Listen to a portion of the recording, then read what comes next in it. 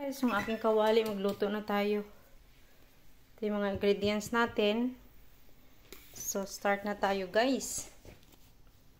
Wait lang. Sana wag malaglag to. Wag malaglag ba? So, yung oil na gagamitin ko, guys, ito pala yun, yung coconut fat. Cocos fat ang tawag sa German. So, ito na yung uso ngayon, guys, sa kanila. Mas masustansya kasi ito, guys, kaysa sa oil. Vegetable oil. Masustansya siya. So, kaya bumili ako nito kasi itry ko siya. Mostly na mga German, ito yung ginagamit nila. Mas masustansya siya eh.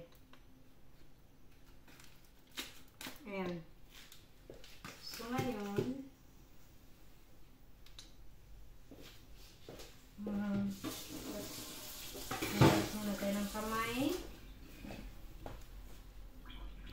Guys, magsisinigang ako. Ito yung gamitin ko. So, ngayon, magprito na tayo ng sibuyas. Sana yung pang ano natin. Panghalo. Ito yung panghalo natin.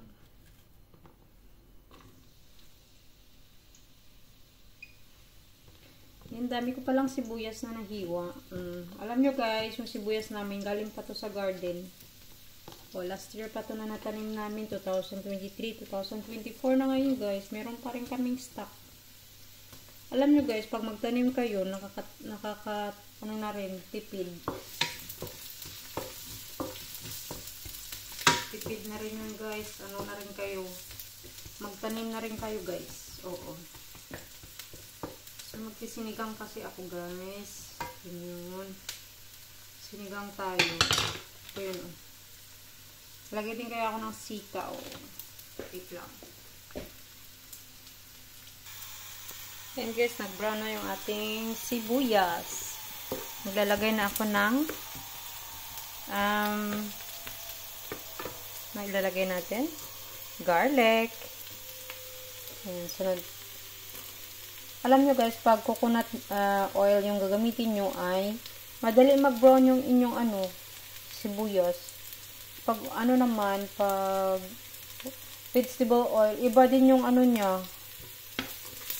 Yan matagal mag-brown yung pag vegetable oils kasi mabasa-basa. Ito madali lang tas mabango yung niluluto mo. Yan, lagay tayo ng garlic, lagay natin tayo ng ginger para mabango guys yung niluluto natin. Nalagay tayo ng ginger. Ayan. Bango na niya. Bango guys. Ayan, sinigang na baka na may gulay. Diba? Dahil nga guys, wala akong ibang gulay. Ito yung ilalagay kong na gulay. So, pero ito yung lalagay ko dyan. May gabi na din siya sa loob. Tapos may kamatis na rin. Ayan, brown. Ang bilis mag-brown. Bilis siya mag-brown guys pag coconut oil yung gagamitin nyo. Mabango siya. So, pag mag-prito pala ako, ganito na yung gagamitin ko. Okay. Ayun. Sunod na natin yung mga matitigas na gulay. Ito na yun. Unahin natin yung pori. May pori pa pala ako. Luto na yung karne natin eh. Gigisahin natin siya lahat. Sama-sama na. Panghuli yung celery. Okay, so lagay natin ng cabbage. Tapos sunod natin yung carrots. Matitigas ko guys. Celery na laglag. Celery lagay na rin natin. Dahil wala tayong ibang gulay. Sila lang yung alternate ko. Wala kasi kaming gabi dito guys, tsaka ano na pa bang hinahalo sa sinigang. Yan lang yung ilalagay natin. Panghuli na yung iba. Okay, mix ko lang siya. Ay, gumagalaw. Gumagalaw-galaw.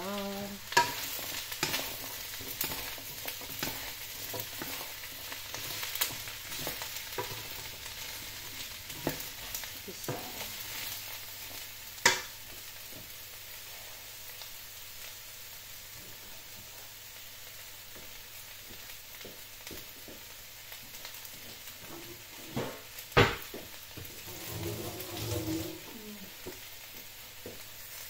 So guys, buksan na natin to kasi andito yung karne.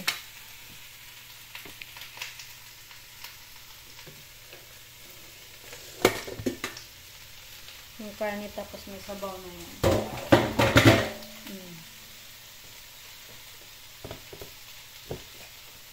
Yung tsura niya guys. Salain na natin at ilagay natin dito sa kawali. May sabaw yan eh. Ilagay ko kasi yung sabaw dyan.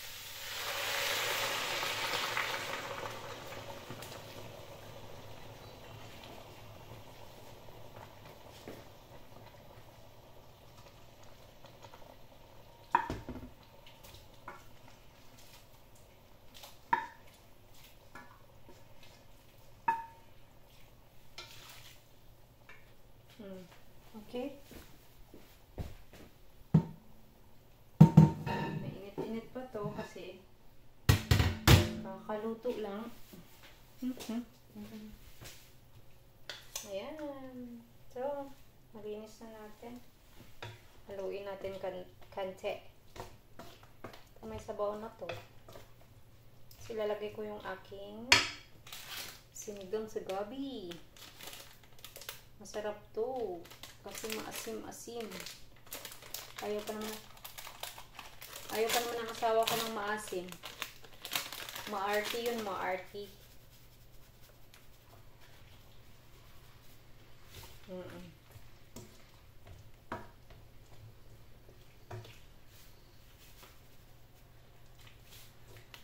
Ayaw niya ng maasim, maarty yun eh.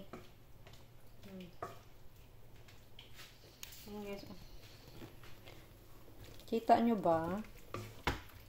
Ngayon ang karne natin. Kunti lang pala yung karne ko. Takpan natin. Pakaluin natin ng mga 15 minutes para lang maluto yung gulay. Okay na siya. Tanggalin natin yung bay leaves. Aray, kati ng mata ko.